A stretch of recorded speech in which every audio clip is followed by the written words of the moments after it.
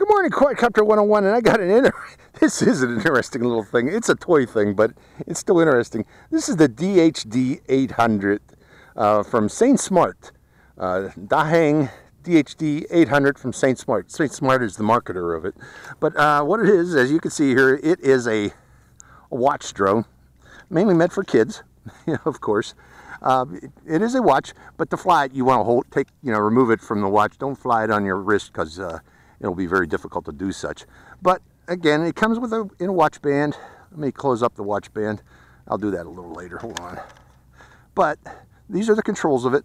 Actually, you got to see the drone first. The drone is in here. This serves as its carrying case, and you open it by, I can't remember, clockwise or counterclockwise, and there is the drone. So I'll put that cover on the ground here. But it is a little folding drone, as you can see here. We'll go over the controller later, but we'll start with the drone. Let me keep its cover here so I don't lose it. But the drone is a little folding drone. It folds like so. And you notice this has a camera. It is a little 0.3 megapixel camera, so it's not HD. Again, this is meant as a toy that can record some FPV video directly to your smartphone. As you saw, the smartphone was attached here. It does have an on-off switch, and I believe it's a little 150 milliampere hour battery in here with Wi-Fi FPV antenna right there on its belly. So, very tiny little folding drone. Again, a toy. Let's go over the controller. The controller is actually pretty interesting. The buttons you got on it. It has Headless Mode, which is that button here. It has one key return, which is that button here. This is your yaw control. This little scroll wheel here. And this is your throttle. This little throttle control.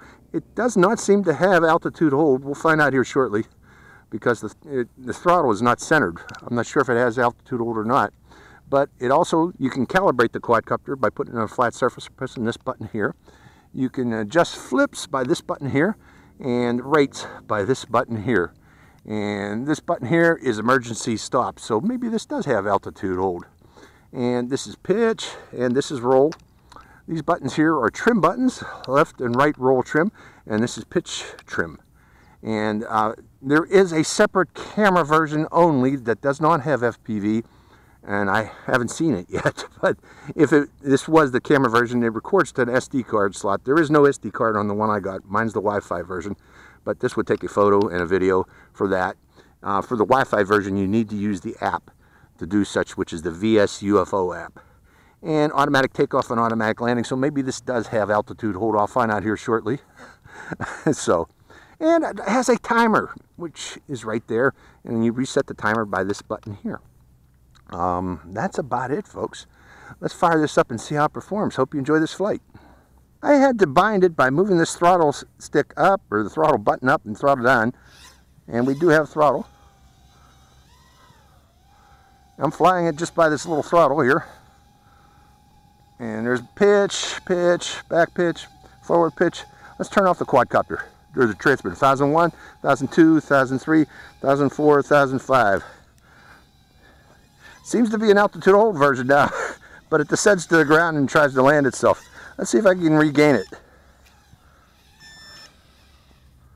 Nope. Okay, to regain it, I'm going to probably have to shut it off and shut it back on again, but it does land itself when it goes out of range.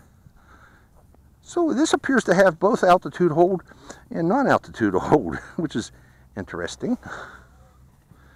Okay, let's rebind it again. Oh, I got to turn the transmitter off, transmitter on. And you know what? I bet you the app took over control. I haven't started the app yet. Rebinding. Is it on? Let's find out.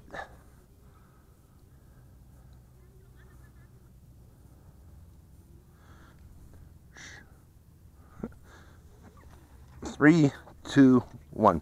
Okay, I turned the on-off switch back on again. It wasn't fully on, but rebinding. Okay, it does have altitude hold. And right now, I'm going to connect it to the app. Hold on.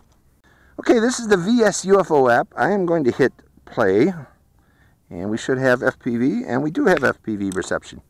And now, again, you know, this is 0.3 megapixel FPV reception. I'm going to hit start recording. And we are recording. Now I'm going to try this automatic takeoff button. And I didn't even give it any throttle. That's its, oh, I touched that yaw wheel. Look at this yaw wheel. Turn it to the right, turn it to the left.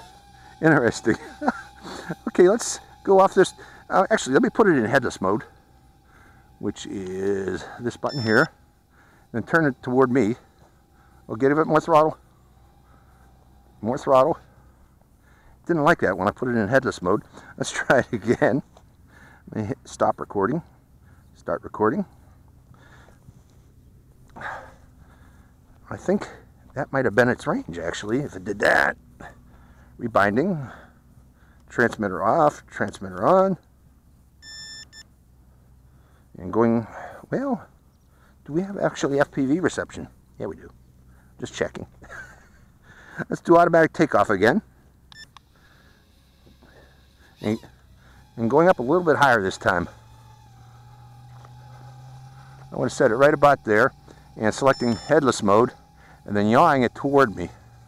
The reason this is actually very precise control with this yaw control. It's coming down a little lower.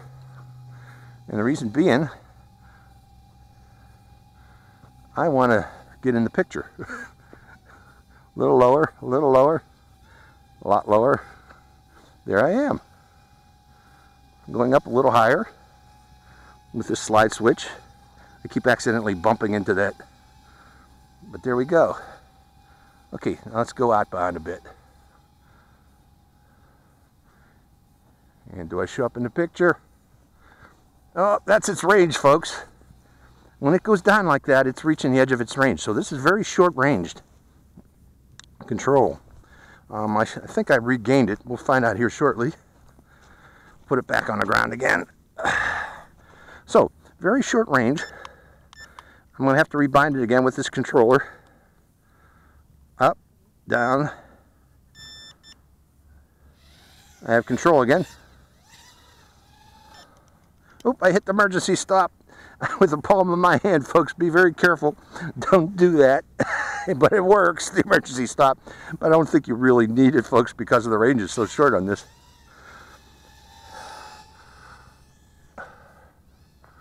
Pulling back. Which way are we pointed now? Okay, that's forward, off in that direction there. While we're flying here, let's go up, send it above me. Going up a little bit higher. Actually, I want to go back into headless mode again. Okay, this is forward, back. And let's rotate it.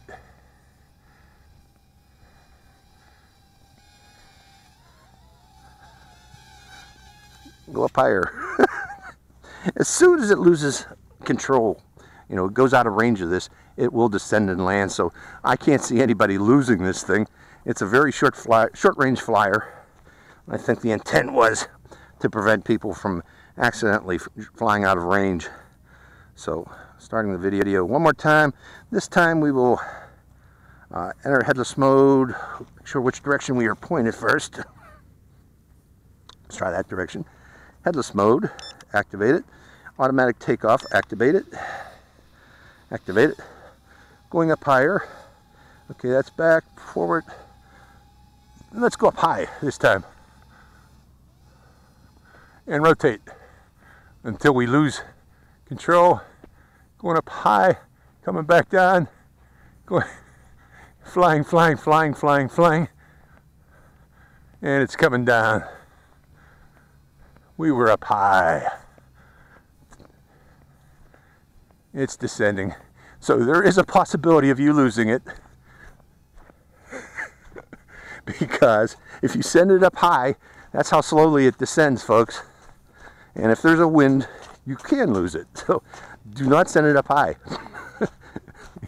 Keep it close to the ground, because there is the potential of flyaways you've seen here. And there. It's finished its descent. Interesting quadcopter, to say the least. Do I still got control? Let's come out of headless mode. Starting video again. Increasing throttle.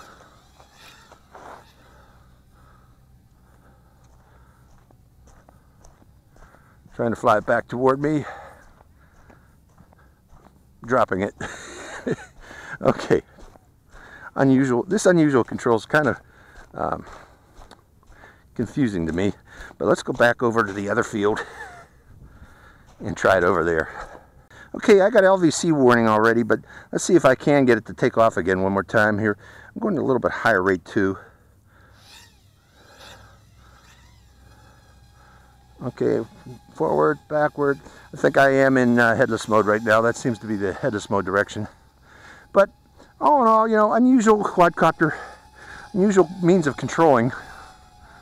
Let me see if I can get back in the picture again. Unusual means of controlling. With practice, I guess you can become good at this using the controller. But if you're used to standard controllers, this would be unusual means of controlling it. Hello there. Hey, I like my shirt today, folks. I forgot to ask. So there's today's shirt. Actually, I went to Disneyland the past few days. That's why it wasn't on my channel. I was in Disneyland. I like Disneyland. It's cool for old people and young people. My wife and I enjoy it. So let's see here. Oh no. Back to the discussion of this quadcopter. Let's bring it up close. There it is, up close. And there's its flight time. Oh no, I hit the emergency stop again with my palm. I keep hitting that thing. So keep in mind that that emergency stop button is confusing, to say the least. Take off one more time. Any more flight time on it?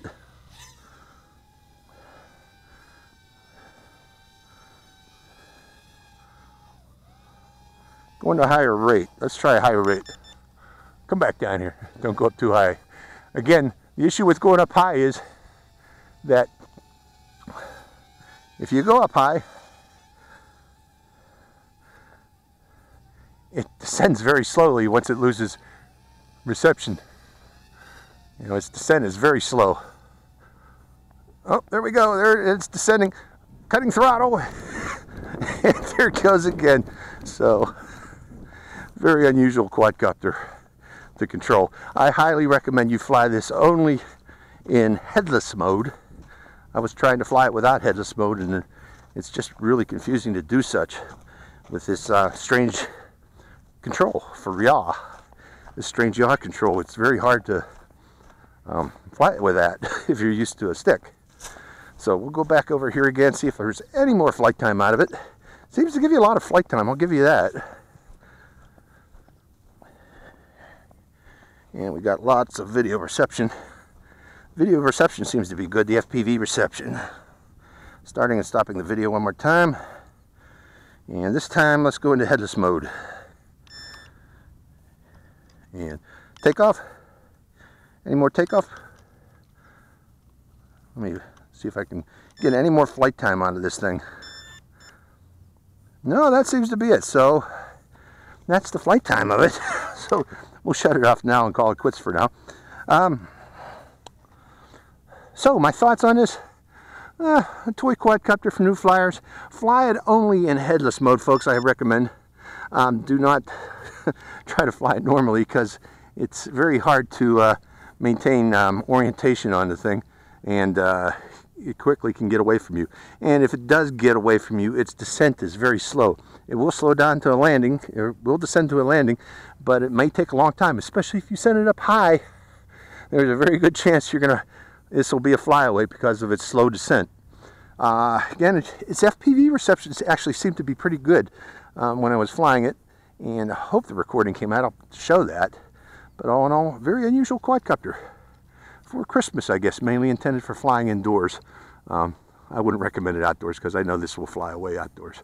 So I hope you enjoyed this flight. This is Quadcopter 101, signing out.